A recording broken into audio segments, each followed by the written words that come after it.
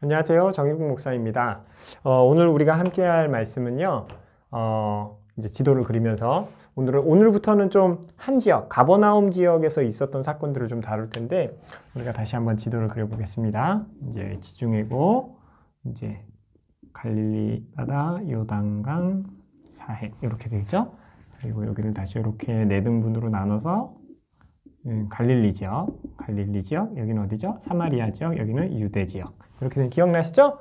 그러면서 이제 여기 예루살렘, 그 아래 베들레헴, 여기 수가성, 여기 갈릴리 바다 서남쪽에 나사렛, 북동쪽에 이제 가버나움.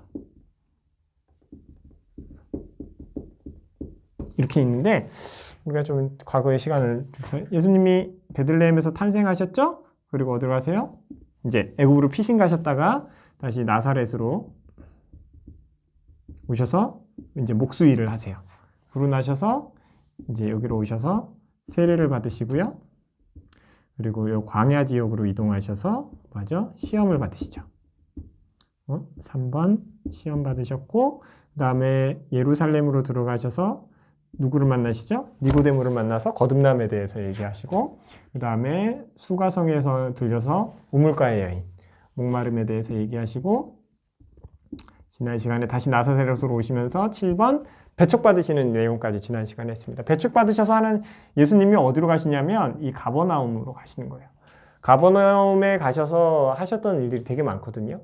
뭐 12제자도 확립하신 것, 여기고 또 예수님의 공생의 기간이 3년인데요. 그 중에 2년 반을 이 가버나움 지역에서 사역을 하셨어요. 뭐 돌아다니면서 사역을 하셨겠죠. 이 가버나움을 중심 베이스 캠프로 이 갈릴리 바다도 건너시고 막 이렇게 왔다 갔다 하신 사건들이 있거든요. 그러면 이 가버나움에 오셔서 12제자를 세우시고 예수님이 하신 사역 중에 우리가 이제 당분간 제가 이제 가버나움에서 있었던 사건들, 지금 이제 7번 했죠. 8번에 이 가버나움에서 있었던 사건들, 해서 이제 가버나움 사건 해서 이제 몇 가지 사건들을 할 텐데, 오늘 저희가 할 내용은 마태복음 5장에서 7장에 기록된 산상수훈이에요. 예수님이 제자들과 따라오는 무리를 앉히시고 산에 오르셔서 가르치기 시작하셨죠. 그러면서 저희가 들었던 얘기 중에 가장 유명한 얘기가 뭐죠? 심령이 가난한 자는 복이 있나니 천국이 저희 것이며 하시면서 팔복에 대해서 가르치시죠. 산상수훈에서 이제 팔복의 내용이 굉장히 중요하죠. 팔복. 심령이 가난한 자는 복이 있나니 천국이 저희며 뭐 온유한 자, 뭐 마음이 청결한 자, 뭐 이거 팔복에 대해서 쭉 얘기하세요. 팔복에 대해서 얘기하시고 그 다음에 너희는 빛이다, 소금이다 이런 것에 대해서도 얘기하시죠. 그래서 빛과 소금에 대해서 또 얘기하시고 그 다음에 얘기하시는 게 무엇이냐면 내가 율법을 폐하러 온 줄로 생각하지 마라. 율법 폐하는 거 아니야. 폐하지 않고 뭐하냐? 완성하러 왔다라고 얘기하시는 것입니다. 이 5장에서 7장 내용의 핵심은요. 이 팔복의 내용이 하나씩 어떻게 완성되어지는지, 율법이 어떻게 완성되어지는 것인지 얘기해 주는 것이죠. 사실 구약 율법은요. 동해보복법에 가깝죠. 받은 대로 돌려줘야 되는 것이요. 그러나 넘치지 않게 하는 것이거든요. 그러니까 인간의 마음이 약하니까 뭐예요?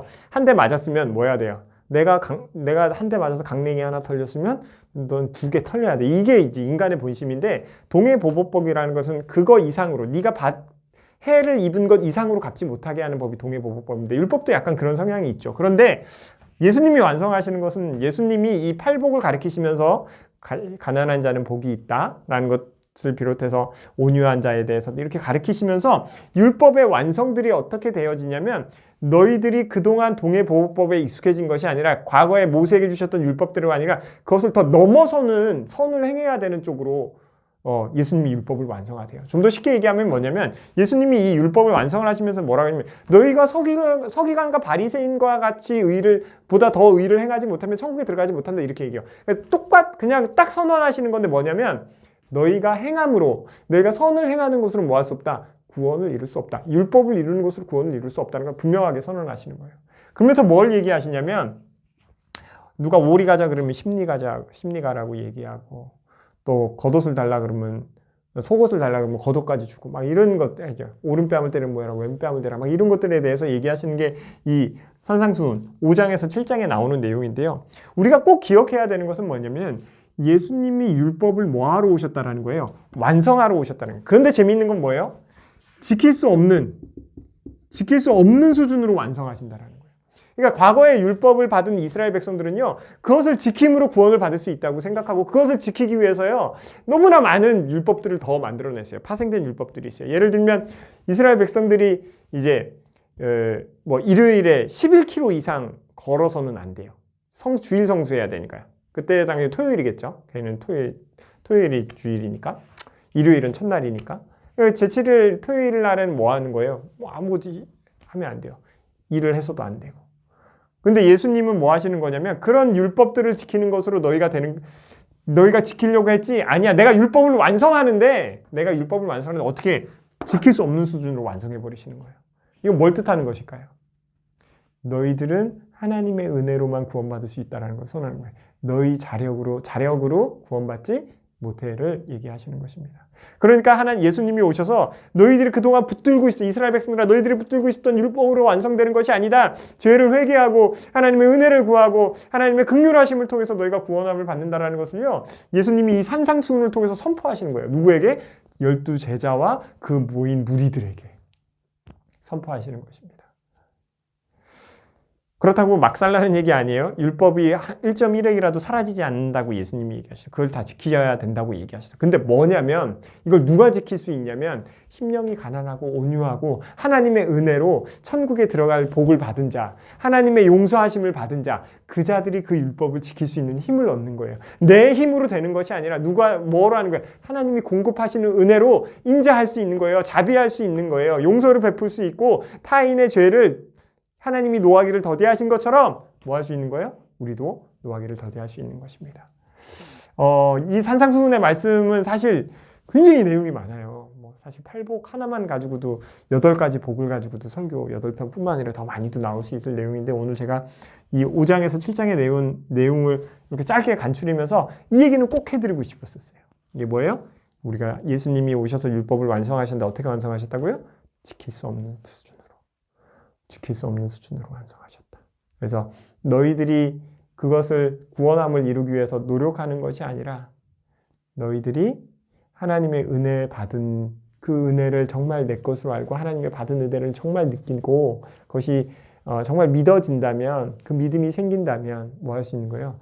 그 율법들을 이루는 삶을 살 수 있다는 것입니다. 사랑의 원자탄이라는 손양훈 목사님 아시죠? 자기를 죽인 아들을 이제 양자로 받아들이신. 그러니까 사실은 율법을 넘어서는 사랑으로 그 아들을 사랑하셨던 것입니다.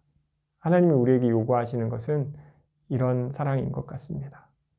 율법대로 하나님이 우리를 맞이하지 아니하시고 하나님의 은혜로 우리를 맞이하시고 또 예수 그리스도가 완성하신 율법으로 우리를 대하지 아니하시고 예수 그리스도의 사랑으로 우리를 대하시는 분이시라는 것을 기억하시고 그것을 정말 믿으신다면 팔복에 기록되어 있는 또 완성된 예수님이 완성하신 그 율법대로의 삶을 우리가 살아낼 힘을 받을 줄 압니다. 그리고 또 그런 삶을 살 때 하나님이 영광 받으시는 것이죠. 행함이 우선이 아닙니다. 뭐예요? 하나님의 은혜를 받는 것이 먼저인 것을 기억하시면서 우리의 삶 안에서도 그 은혜가 풍성히 열매 맺기를 주님의 이름으로 축원합니다. 제가 오늘 준비한 건 여기까지고요. 다음 시간에 뵙겠습니다. 건강하십시오. 샬롬.